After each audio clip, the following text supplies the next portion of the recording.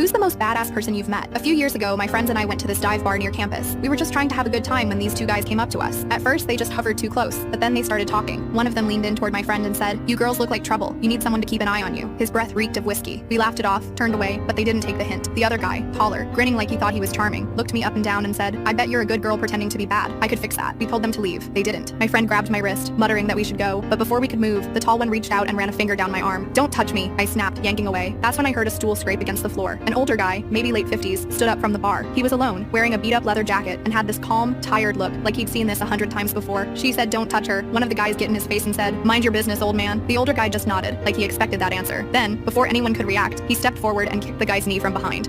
The creep crumpled and hit his head on the table as he fell, and his friend backed up fast. The old man just stood over him. "It's time to leave." They scrambled away, cursing under their breath. The bartender acted like he hadn't seen a thing. The old guy sat back down, waved over the bartender, and ordered a round for us. "Enjoy your night," he said. Then he finished his drink and left. We never even got his name.